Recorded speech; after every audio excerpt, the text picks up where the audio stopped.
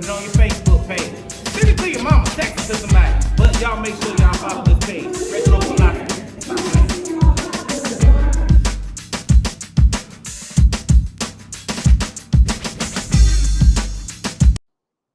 Yo, what up, everybody, including Lottie Dottie? You already know what it is. It's your boy Retro with you on today.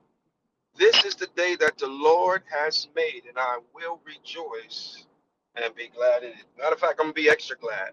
Put my safety restraint belt on so that everything is what it's supposed to be. I want to hop on and say good morning to everybody. We do. Um,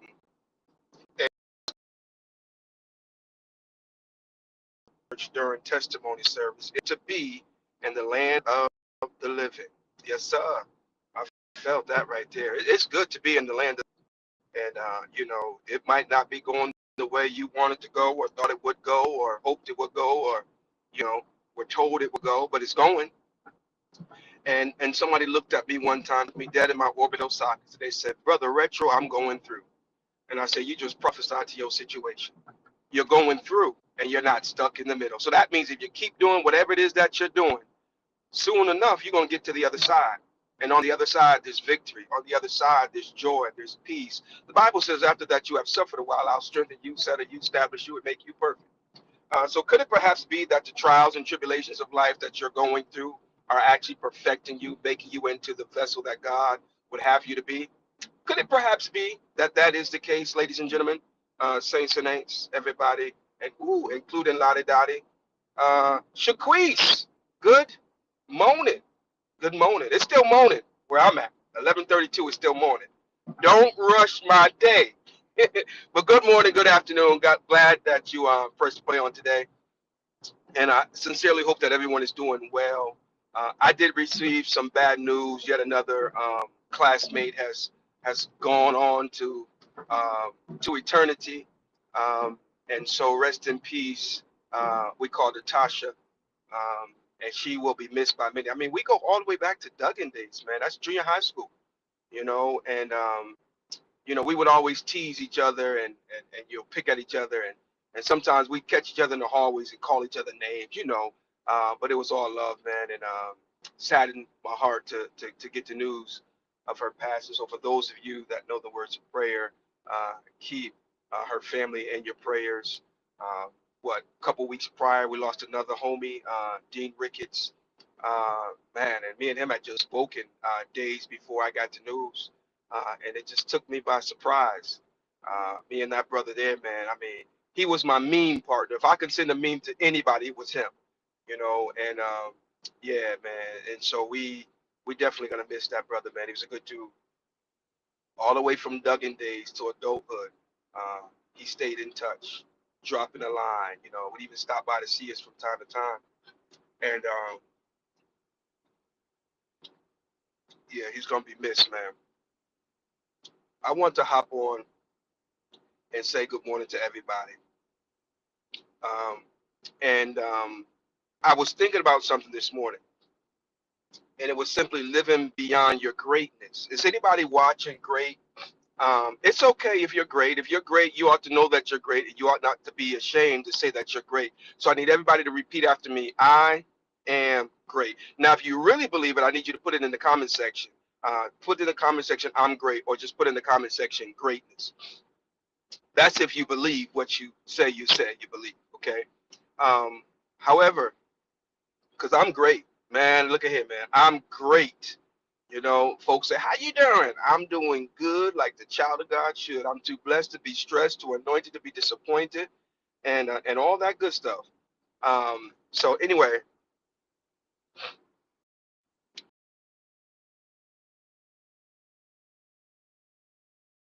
my apologies for that. Are we still there?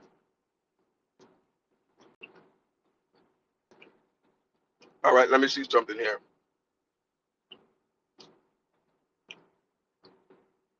Oh,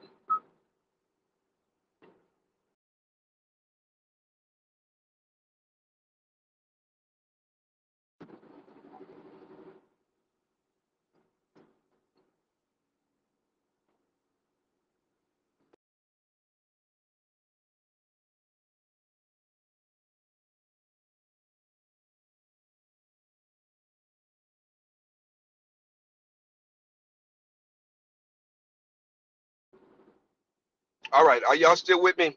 I'm trying to be great, and these spammers keep calling me, knocking my thing out. And so anyway, um, living beyond your greatness is what I wanted to talk to you about for a few minutes. I think I'm going to recap this whole thought process in the studio because it's been a minute since I've been in the studio. Um, so by a show of hands, do you guys miss the studio shows? Y'all miss me? Y'all miss me? Y'all miss me? Come on, man. Don't y'all miss me for real? Come on now. Don't come on now. Do you really? Life is life, and I don't mean that in a negative sense. Life is good. I mean, life is good. Ty Tribbett, I think he had a song, "It's All Good in the Hood" or something like that. And life is good. Now, when I say that life is good, that doesn't mean that there aren't things that's coming against me or you to, that stuff is happening, no doubt. But in spite of it, life is still good because where it's bad, it could be a whole lot worse. I woke up this morning. I was on the wake up call list, y'all. I still got the use and the activity of my limb, not so much my right leg as much because it's real sore and I messed around and pulled a muscle or did something and I got to get that checked out, worked out or something. But I'm saying I can still throw it around and get about my business. So we got to stop focusing on the wrong thing and stay focused on the right thing. When I tell you we had an awesome Bible study last night, man, oh my goodness, we had an awesome Bible study. I'm a rank it up there at the top five. Yeah, the top five Bible studies of all times at Upper Praise Ministries on last night. Unfortunately, well, I ain't even gonna say unfortunately, but the reality is we didn't go live. I'm gonna just share this and I'll move on because we're still gonna talk real quick about living beyond your greatness. Um, they had some issues at our location as far as the internet. They had ran fiber optic, and everything, and so it went down. So I called and they had to come out and rerun the whole line.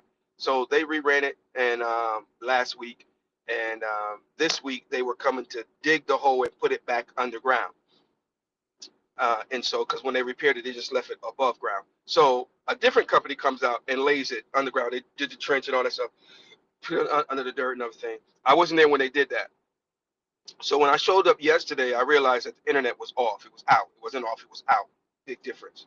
And so I called, and they said, "Well, we'll see about getting a crew back out there." So anyway, long story short, the crew shows up about 35 minutes before Bible study. I said, "Hey, man, we need this to go live. We're going to be going live at 7." He said, "Ooh, man, I don't know if we can make it happen by then, but I'll try." I said, "Hey, do your best, and if you do, you do. If you don't, hey, it is what it is. No big fuss, right?"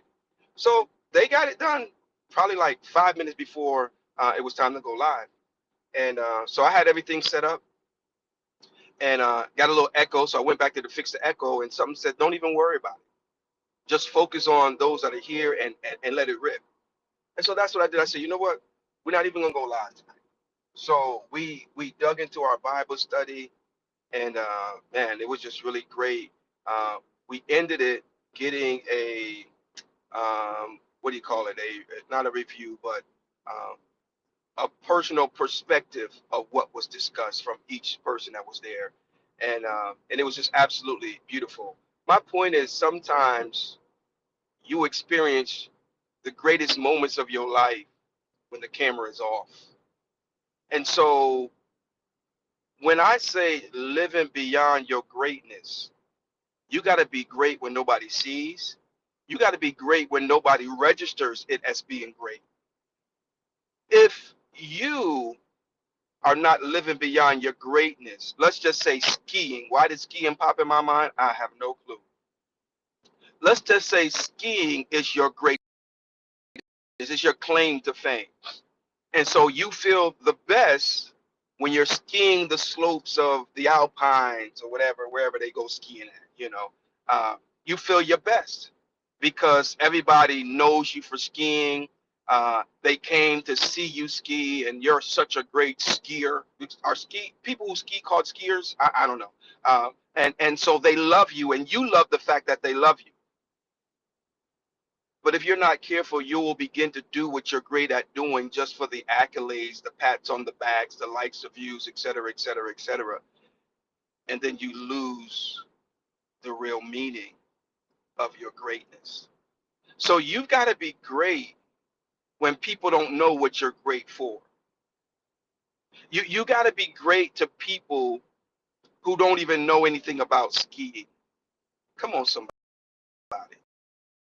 To learn, and you've got to know how to come down to the level of those you encounter on it. That doesn't mean that your greatness diminishes. It actually means that it strengthens. Check this out. We have an acronym called SHOWER, and we have this whole movement behind it called Shower a Blessing, right? And SHOWER is an acronym showing how our worship enters reality. When you that spells out the word shower. Okay, so here you are in all of your greatness. Show how it can enter the reality of someone else. In other words, look at it like this. Sometimes you can be so great that it makes somebody else feel bad. And I'm not saying that we should begin to apologize for our greatness, right? But let's just say you out there, you making it rain at Walmart, and you floss and you got, because you blessed like that. Well, those around you, they're not blessed like you are. They're struggling. Come on, hey, C1s, what's going on, brother? Um, and sometimes your greatness can make somebody else remember their weakness, their whatever you want to call it. So what are you saying, Richard? What I'm saying is, if I'm so great, maybe I can stand to stop advertising my greatness and take my greatness to help make somebody else feel great about themselves. Utilize my gifts, my talents, my platform, my, blessings to bless somebody else. Do you not realize? I know some of y'all don't, but your blessings are not for you. Your blessings are not for you. They're for those that you come in contact with. We are blessed to be a blessing. Now, I'm not saying if I'm blessed with $50,000 that I got to take that blessing and give to somebody else. Um, but I'm blessed to be a blessing. I'm saying $50,000 ain't a whole lot of money, but it's a lot of money, but it ain't. So I don't believe that I am supposed to run out and spend that whole $50,000 without being a blessing to anybody. It doesn't work like that. As a matter of fact, if you want another $50,000 or maybe $100,000, then make sure you're sowing out of the 50,000 that you were blessed with. Because sometimes we have a handful of seed and we think it's fruit and we consume what we should be sowing. I'm just saying. So whatever it is that you do that determines your greatness, are you great beyond that? If you never was able to ski again, if you were never able to ride a motorcycle again, if you were never able to cut hair again, if you were never able to cut lawn again, I don't know what you're great at, but if you were not able to do it anymore, how would your life end up? Check this out. I've had a landscaping business for several years. Not anymore, but at one time I did. And I was really good at it. I enjoyed doing it. But the point that I want to make is there have been some customers that I've met that we still talk to this day. You've got to take whatever it is that you're great at and maximize the relationships that come out of that situation. In other words, the people that you come across, it's not just to get the contract. It's not just to get the bag. It's not just to, for the business transaction. It's for a whole lot more than just that. Okay. Um, so stop focusing on your greatness and see what your greatness has afforded you. And I'm not talking about material things. I'm talking about relational opportunities. I'm talking about chances to change the world. Hmm.